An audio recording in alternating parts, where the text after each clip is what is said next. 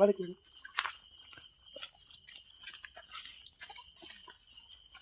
Mga idol. Diba? So, lingino na siya mga idol. Lingino.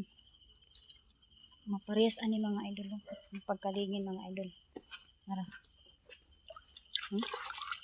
Wow. Mga idol.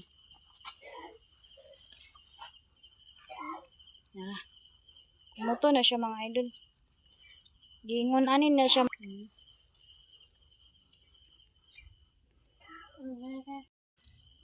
Init tayo mga idol. Pero kuan man mga idol. Kay aron siya mga idol. Ang lata dili siya magisi mga idol. No? Kay balak man namo gisiun namo ang lata kay aron mapuhas ang ani mga idol no. Nya kay sayang man kaayo. Sunod pagluto wala na. Palit na sad sayang kaayo. So mara to mga idol.